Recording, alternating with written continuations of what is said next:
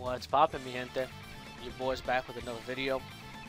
Now, this is going to be the first video in a new series I'm creating called Let's Talk About It.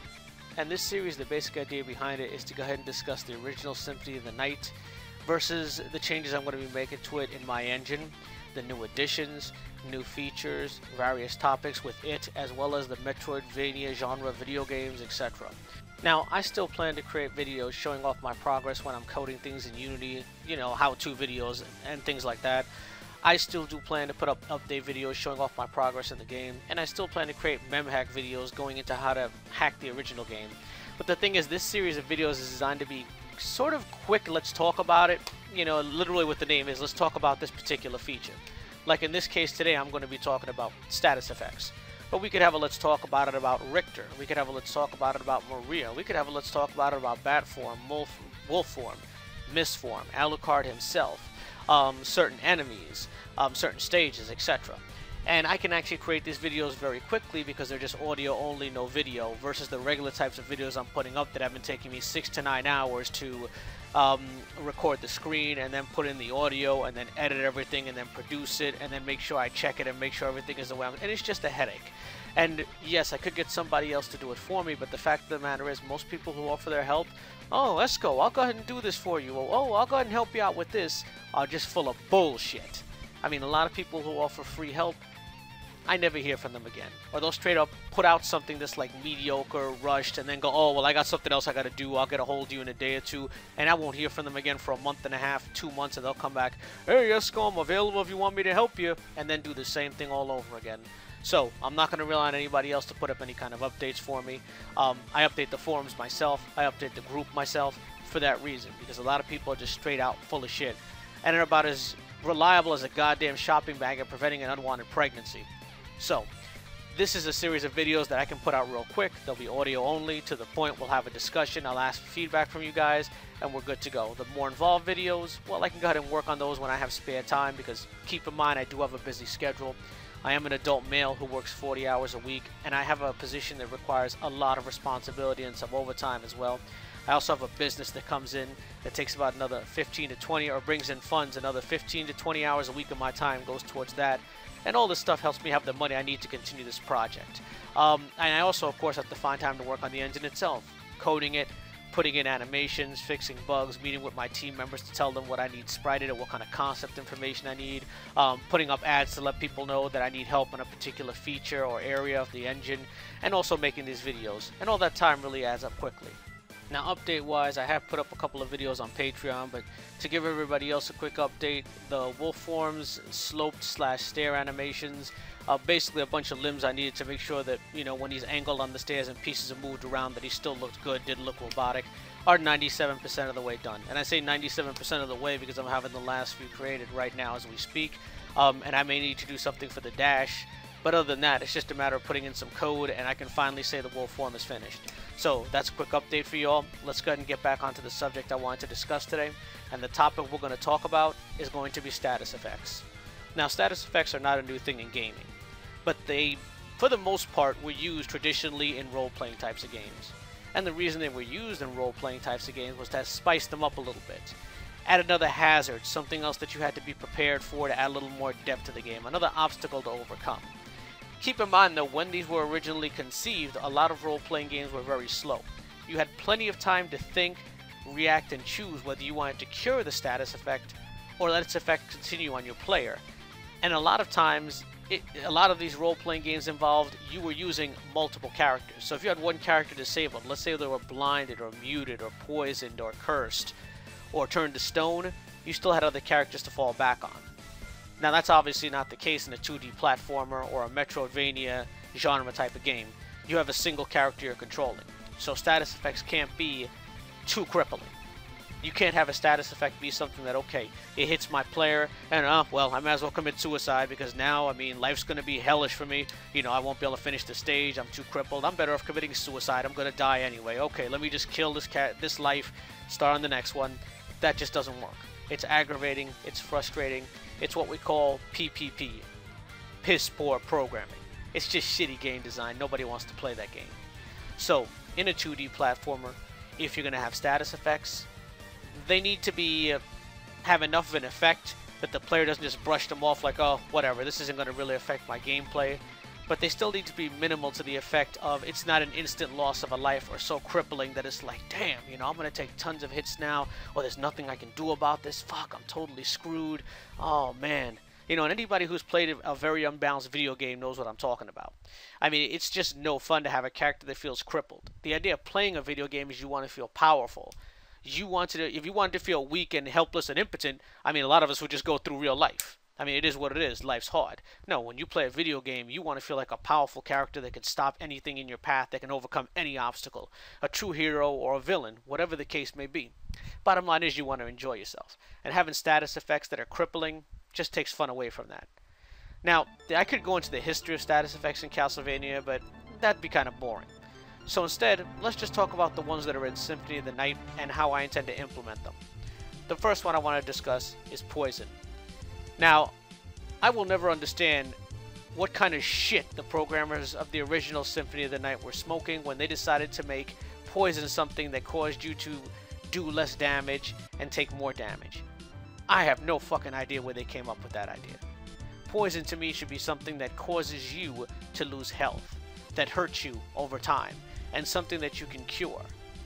Now, with an enemy that's going to poison you, it shouldn't be an enemy that on the first hit does massive damage, in most cases, maybe in late game. But a lot of the enemies that I feel are going to poison you should do relatively low damage, with the majority of the damage coming from poison itself. I also don't like the fact that poison is just a flat thing. That the way it was set up is once you're hit, you're poisoned. If you're hit again, it's refreshed. No, the way I'm programming poison to be is the more you get hit, the more damage you're going to take over time. Now, there do need to be caps on this, obviously. We don't want you to sit here, get hit by 3 poisonous enemies in a row, and all your health drains. That'd be no fun. So, there's going to be a minimal cap on it, and it may vary between enemies based on the enemy, how much damage it does, how much of a hazard I want to make it, etc. I think I want to program that in so that later on, if anybody wants to mod it, well, you can have different level of poison amounts, initial poison amounts for enemies that can range anywhere from 1 being that's very minor. Maybe the amount of poison damage it'll do to you is, let's say, maybe 1/20th of your max health.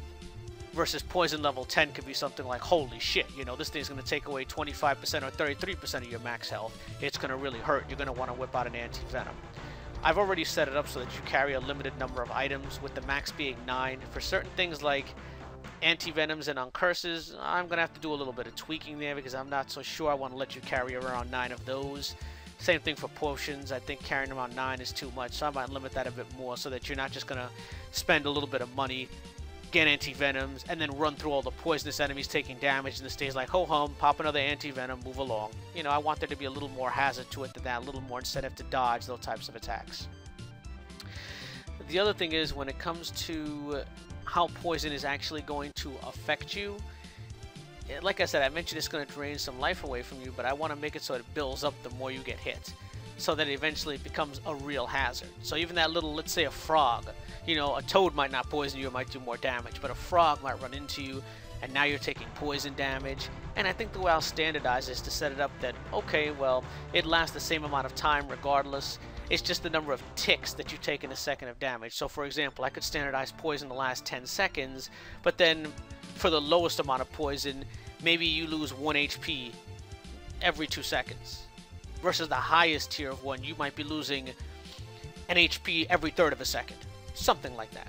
But the idea is to make it so that anybody who's modding it and coding this in and adjusting it, including myself, can do it quickly, efficiency, and there's some kind of standard versus it being all over the place that could potentially break. So, that's poison in a nutshell.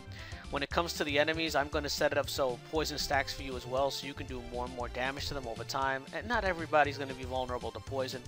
I think when it comes to status effects and enemies, I'm going to set up a system similar to Lords of Shadow, in that when you looked in the book and you looked up boss details, the way it would work is you would see shields and skulls that would indicate how effective these things were. I'll talk about elemental attributes another day, but sticking to status effects, I think there should only be 3 levels. A normal amount of effect on an enemy, let's say in the case of poison, the normal effect would be it drains a little bit of life off them. Okay, they're defended against it, meaning they're invulnerable to it. It's just not going to do anything to them. Let's move on. And then they're weak to it being, okay, instead of the normal amount that might hurt them a little bit, now they take significantly more damage and it's worth doing. And I think something like that would work perfectly because there really only needs to be 3 levels of effect for status on an enemy. Either you take the normal amount, they're immune to it, or they take it's effective against them. And I think that'll work just fine without overcomplicating the game and trying to bloat it with too many little, what's the term I want to use here? Without making the game too technical.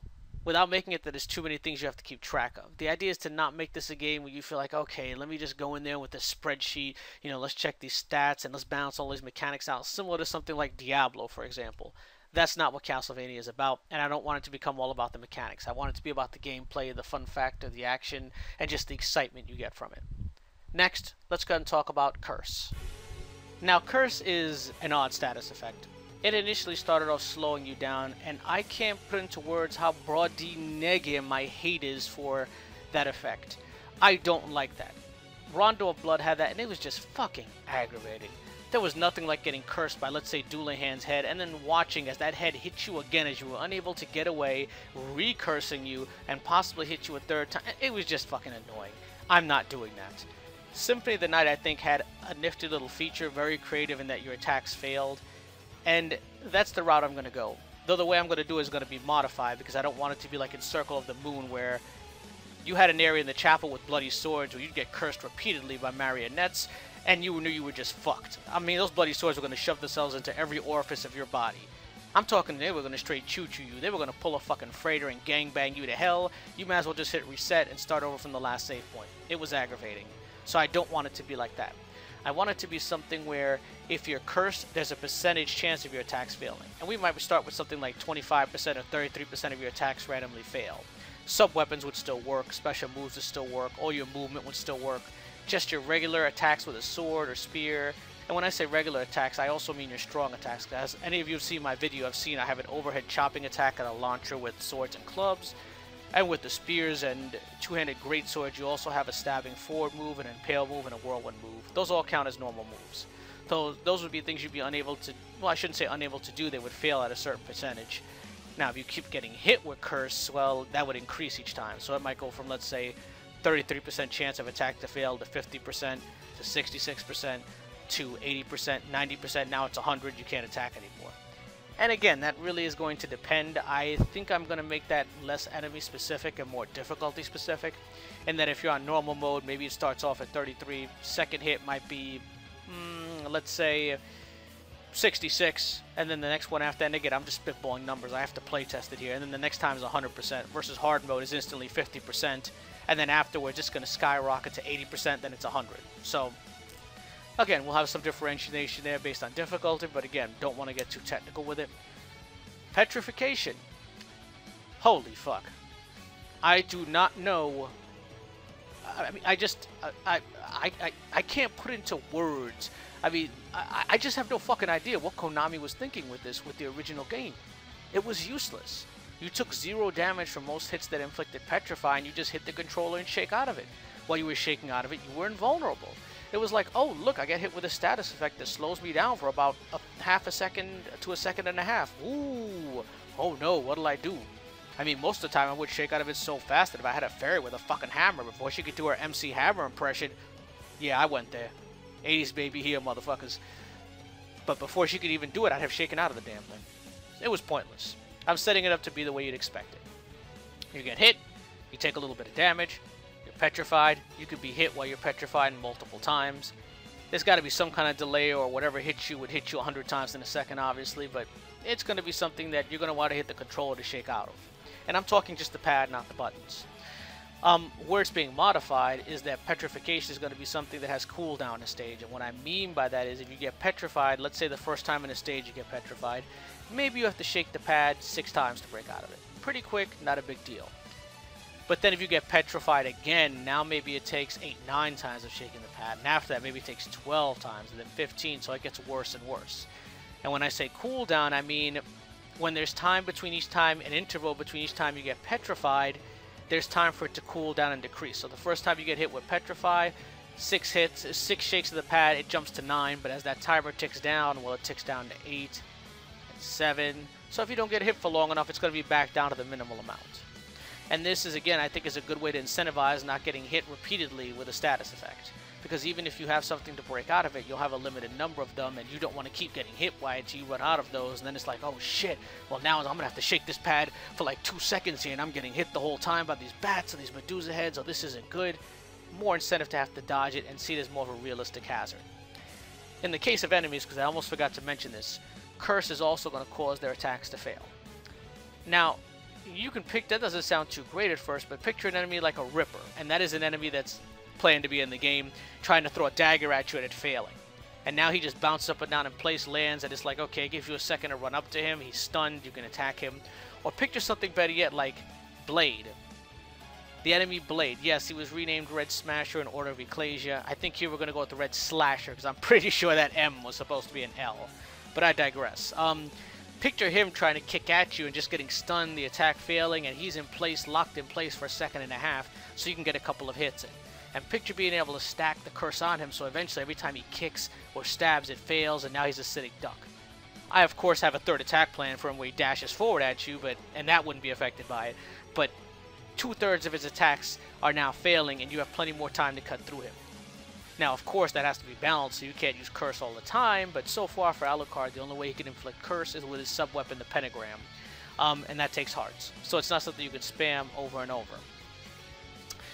Petrification, well, that's going to be a pretty simple one, too. If the enemy is weak to Petrify, as soon as you petrify them, you succeed in inflicting the status, they're petrified. It's over. You can chop them up, they're dead. That's it. They don't do touch damage to you. I was thinking of setting it up so you could stand on them, but I'm not so sure I want to do that because that could be a way to break the game in a couple places, so I probably won't implement that. But if they're weak to it, petrify them, chop them up, you're done. If they're not weak to it, they take normal, if they have a normal effect, they'd be petrified for a short time, break out of it, and then there's a cooldown before you can petrify them again, let's say 30 seconds. And this could be useful for something like bosses or mid-bosses to give you a couple of hits like Slogger and Gaibin, or Malphus. We're not calling him Karasuman, that name is fucking stupid. Malphus, for example, you petrify him, you get in a couple of hits, in the 3 seconds he's petrified, and now he breaks out, and guess what? You've got to wait another 30 seconds, 40 seconds, whatever I implement before you can do it again and get some more free hits. That way the status effect isn't totally useless in boss battles. And that could be something I could look at with Curse as well, but yeah, I think I've talked about that status effect enough. If they're invulnerable to it, well, Petrify and Curse just don't work. Nice and simple. There are also some new status effects planned. Purify is one that won't affect Alucard, but it is one that'll affect enemies. And what Purify does is it makes it so you kill an unkillable enemy. And right now, the only thing that should spring to mind is Red Skeletons. Now, this is something they started in Portrait of Ruin, and in Dracula X Chronicles, they gave you the ability to do it as well, though there it became a permanent upgrade, which just defeated the purpose of the Red Skeletons in general. I thought that was stupid. But there are going to be moves that your player will have that they can take out these enemies. They will be costly, though, so that you can't just run through a stage killing all those Red Skeletons that function as hazards, or the Wraith is another enemy, probably the only Saturn exclusive enemy, or one of the only ones I'm including. And he's being set up to be really nasty and be an enemy you want to avoid. So when you run into him early on, you won't be able to kill him. I mean, you'll be able to hit him enough to send him away temporarily into a black hole, but then he'll come back, respawn after a set time, and be after you again. So maybe if you want to get a little payback later, you can go back there with a Purify ability, hack him up and destroy him for good, get a little bit of payback, and maybe get some kind of special drop from him, hint hint. Something like that. As you can see, got a lot of ideas here, ways I want to implement this. And this is exactly a big part of the reason why I wanted to create this series of videos, because just talking about stuff like this, I mean, it gets my ideas flowing more than beer at a fucking college kegger. Like, all kinds of stuff is coming to mind right now that I could implement for these different status effects. And it also gives you guys the chance to see what goes into the creative process in developing a game like this, and gives you a way to hear the ideas in advance and give feedback if you have any good ideas on, you know, what I should do to make these status effects more interesting, or a system I can implement. Feel free to comment down below this video. But I'm digressing a bit here. Let's move on to the next status effect, and that's going to be Ice. Now, something I was not happy about in the original game is the fact that if the player got hit with ice, all that basically happened is he bounced back encased with ice, the ice fell off, and you just skip the fuck away like nothing happened. I thought that was kind of stupid. At the same time, I didn't want ice to be something that every time you hit with an ice attack, it was an instant, okay, you're frozen in place. I did like what they did in Circle of the Moon with those ice armors. I thought that was really neat how they hit you with an ice javelin, you were frozen in place. And then if you were hit again, you'd be hit out of it, take major damage, but otherwise you just shook out of it and it was all good to go. Something like that doesn't sound too major, but picture a frozen shade, for example. Their ice javelins wouldn't freeze you, those would stab you instead, but their ice frost blast instead would be something that could potentially freeze you in place. And again, it wouldn't be every ice attack that hits you, oh, you're instantly frozen. No, there's a percentage chance to make it more of a surprise, and now you have to react quickly by jamming on the controller buttons. Yes, I said the buttons, not the pad, unlike petrification, to get out of it. And if you don't, well, guess what? That frozen shade is going to launch an ice javelin at you. It's going to hit you, and you're going to take a huge amount of damage. Let's say 1/6 of your max health is the amount of damage you're going to take. On hard, it'll probably be 1/5. And that's to make it to incentivize you so you don't want to be frozen. Again, frozen isn't something that'll always affect you, which makes it more of a surprise attack that you have to be ready to react to. And the more times you get frozen, the more times you have to jam on a button, with, of course, there being cooldowns to that, similar to petrification, that if you haven't been frozen for a while, well, you have time to cool back down so you don't have to worry about jamming on the buttons, especially for those of you who might have been a little cheap and gone out there and bought those bootleg Chinese $20 controller pads. I don't want you guys writing me letters about, Esco, I broke my pad because of you, the button's fried, they're jammed into the plastic, they're stuck on my pad, man, forget about it, lit on fire and my house burned to the ground, I'm going to sue you. Yeah, we don't need to have that conversation. I don't want everybody to have to go out and buy an expensive-ass Xbox controller or an expensive-ass PS4 controller, so we got to make it a little reasonable here. But all kidding aside, that's what's planned for ice. In the case of the enemies, it's going to be something that, for an enemy that just takes just a normal effect by ice, they'll be slowed down for a short amount of time and then go back to normal. For enemies that are weak to it, they'll be frozen in place, that once they're hit, they'll take extra damage, so you want to make that next hit count, and then they're slowed down for a while. If they're invulnerable to it, just won't affect them. I think that adds a little more strategy too, because if you're going to use ice, you have to look out for when it actually freezes the enemy, and then, okay, let me stop, whip out a powerful attack to do max damage to them, and move on with my day, so hopefully it takes out the enemy. The final status effect I have planned is going to be something that I right now have entitled Armor Break. If anybody has a better name for it, feel free to comment down below, because I literally ripped that off from Final Fantasy X and I'm not happy with the name. So it's a tentative name. Now this status effect is one I'm planning to set up that the player can inflict on enemies, but the enemy won't inflict on you. And I say that because we already have a Petrify status effect, we already have an Ice status effect, and with Curse, I mean, it's just going to be too much. The idea is to not make it so that every room you walk into, you feel like you're getting fucked. Worse than a guy who just decided to drop the soap in prison in front of a guy with a pool cue in his hands. I don't want you guys to have to limp around wearing diapers because you're bleeding out of your rectum after playing my game. That won't work for me. So the idea is this is a status effect that will drop the defense of enemies and make it so that sub-weapons are more effective on them. Think of how axe armors are in Castlevania 3, Rondo, or Blood, that you can throw daggers and axes, they bounce off. Same for crosses, they're ineffective. And it seems like the enemy takes reduced damage. I'm setting it up so that there's 3 levels of armor. All 3 of them cause certain sub-weapons to be less effective, or just straight up fail. And they also raise the defense of the enemy by 25%, 50%, and 75% respectively. There will be magic attacks that can go through that, of course, but the idea is to make it so this adds a little more depth to the game, because there will of course be attacks that you have that can damage that armor. And an example might be the two-handed sword / spear's final attack on a ground chain, or that attack where you lunge forward, I call it the lunging stab, that you can use that to damage the armor, and if you do it enough, the armor shatters and now the enemy's defense drops to 0. And that'll add a little more depth to the weapon sets as well. It can also add a lot more depth to boss battles, because let's say something like the creature, I can put his armor at 3. He's taken 75% less damage. That would be a very slow, tedious battle. The idea is to set it up so that you want to get in as many of those armor-breaking attacks as you can until you shatter his armor, and then you want to go ahead and focus on damaging him enough while his armor's down. And I'd, of course, give him as a boss an attack where you can regenerate his armor, maybe make him smash his hammer down on the ground, blocks start falling, and meanwhile he's raising his hands up, charging electric energy. So the idea is to weave through the blocks and get to him and do enough damage to prevent him from regenerating armor, so you can continue damaging him. But as you can see, there's a lot of ways I can go with this to really spice up the game. So again, this is going to be a status effect that only you can inflict on the enemies to make it so your sub-weapons are more effective and that you do more damage to them. But it will only work on enemies with armor, like Corner Guard, for example, Axe Armor, Armor Lord. Obviously, things like skeletons, zombies, frogs, they're not going to have any kind of armor. I may put some kind of enemy like an armored harpy in late in the game, just as something that brand new to throw you off a little bit, but we're not going to go crazy with it here. We don't want every enemy seeming like a damn tank. Alright, so to summarize, we have talked about the status effects of Poison, Curse, Petrify, Purify, Ice, and Armor Break.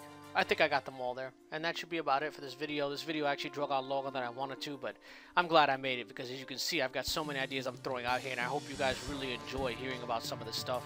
I still plan to make my Unity tutorial videos. I still plan to make memhack ones, but I think these are great because, I mean, some of this one's going to be about 30 minutes, but some of them are only going to be about 10 minutes long. I can quickly record them, get them out to you, and you guys can see some kind of progress here, because I know how nerve-wracking it is to not hear updates, you know, every week or so. You know, I know how nerve-wracking that is when, oh man, this got an update for 2 or 3 weeks that this project died, and you're looking forward to playing it. I just understand that feeling. And I also understand not everybody can afford to donate to me. You know, not people don't have a lot of money, you know. Although for those of you who don't want to spend $5 on Patreon, you cheap motherfuckers, you goddamn sons of bitches. No, I'm kidding. In all seriousness, I understand everybody wants to throw money my way. You know, I mean, asking people for money is a big deal. So the bottom line is I want you guys to have something here because I appreciate all the fans and I appreciate all the support I've gotten over the years. So with that, I'm going to close my goddamn mouth. I'm going to go ahead and get back to coding the engine. Keep your eyes on this channel here. Subscribe to my Patreon if you want to support me a little bit. If you want to talk to other people, Castlevania fans, by all means, feel free to join the forums. Feel free to go ahead and join the Facebook group. Links will be down below. So that's it. My mouth's on a marathon. It's tired. I'm going to close it and get back to work. Deuces. Oh, and for those who didn't hear it the first time I said it, yes, I know the motherfucking ass-licking, dick-sucking word is pronounced scythe, not scythe. Pull the cock out of your ass. How have your insides not exploded from the back of a defecation filling your intestines even as we speak now? See? I know how to troll too. And I'm better at it than that fat 350-pound greedy motherfucker who tried to eat Billy Goat Gruff under that bridge.